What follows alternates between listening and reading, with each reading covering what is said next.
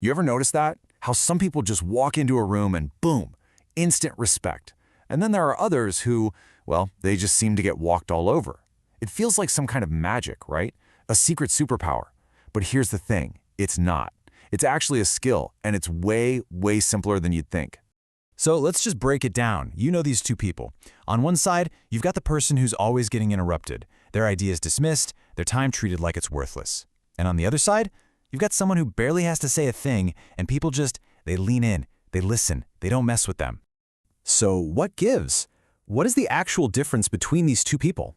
It's not about being the loudest person in the room or the most aggressive. The real secret to commanding respect isn't about all the new things you have to start doing. It's about what you need to stop doing. Okay, this right here, this is the key to the whole thing. Disrespect is not random. It's a response. People treat you poorly because you are, without even realizing it, sending out little signals that give them the green light. Think of it like a neon sign that's flashing, "It's okay to walk all over me." We're about to find the off switch. All right, let's get into it. The very first signal we're going to turn off, and this one's probably the easiest to start with, is your reaction. This is all about taking back the power you hand over the second you get emotional. Look at it this way. When someone says something disrespectful and you have this huge emotional reaction, you've just handed them the remote control to your feelings. The signal you're sending is, "Congratulations, you got to me." But when you stay calm, you cut the cord. The new signal becomes, "Oh, I see what you're trying to do, and it's not working." So how do you actually do that in the moment? It's a super simple 3-step process. First, just notice it. Acknowledge to yourself, okay, that was out of line. Second, you name it, calmly, out loud. And then step 3, this is the most important part, you just stop talking. This little phrase right here is a weapon. Imagine a friend makes some cheap joke at your expense, maybe about your job. Normally, you'd get defensive or you'd force a laugh. Instead, you just pause for a beat, look them right in the eye, and say, nice and calm, "That was disrespectful." And then, you let the silence do the heavy lifting. That's the secret weapon.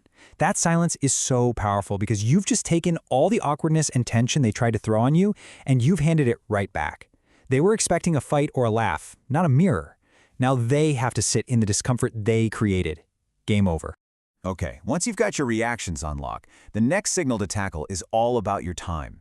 Because your availability, or more importantly, your lack of it, is broadcasting your value to the world 24/7. Think of it like basic supply and demand.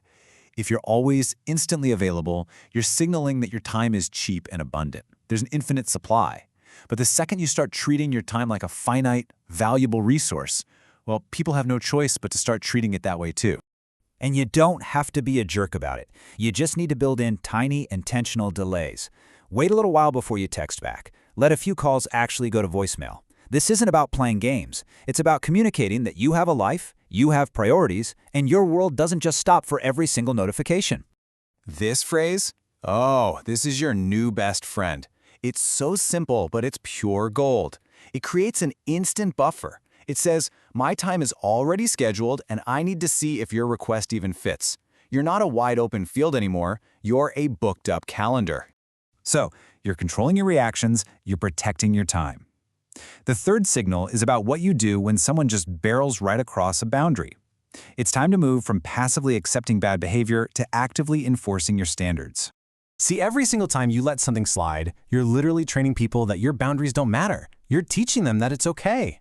The new signal you want to send is really simple. Cross this line, and there's an immediate, calm consequence. And think about where this pops up. You know who I'm talking about. That friend who always flakes last minute? The coworker who conveniently forgets to mention you did all the work? That family member who just loves to get in those little backhanded comments? Those are the moments. This line just sums up the whole shift. There's the story about a guy whose coworker kept dumping extra work on his desk every single day. For months, he just did it, fuming inside. And one day, he just looked up and said calmly, "No, that's your job, I'm not doing it." The coworker was stunned, but not only did it stop, the coworker's respect for him shot through the roof. All right, we've arrived at our final signal. And honestly, this one's the big one. It's the most powerful of all because it's not about what you do to other people. It's about a shift inside your own head. Let me just ask you this, and be honest with yourself. Do you feel like you constantly have to explain yourself? Justify your decisions, your salary, your intelligence, your worth? Because if you do, you're sending the loudest signal of all: my value is up for debate. The mindset you want to cultivate is what you might call assumed worth. It's this quiet, deep-down confidence that your value as a person is just a given. It's not up for discussion. You don't have to prove it or defend it. You just know it. And when you know it, trust me, other people feel it. And this is the phrase that signals that mindset. It is the ultimate conversation ender. When someone challenges you, instead of jumping into a long-winded defense, you just calmly state your position. It tells them the debate is over. Not because you're being aggressive, but because your self-worth was never on the table to begin with. So let's just pull this all together. At the end of the day, commanding respect is not about adding new things. It's not about learning fancy techniques. It's an act of subtraction. It's about chipping away at these 4 behaviors that are actively signaling to the world that you don't need to be respected. Okay, so we've covered the 4 signals to switch off. But you know, just listening to this isn't going to change a thing. Knowledge is useless without action. So what's your next move? I want you to pick one, just one of these things. Don't try to do everything at once. Just find the one that resonates the most, the one that you know you need to work on, and commit to trying it just one time, the very next chance you get. Because I promise you, the moment you see how quickly people change their behavior when you change one tiny signal, you'll never go back. Look, you already deserve respect. The only thing left to do is to stop sending out signals that tell everyone you don't.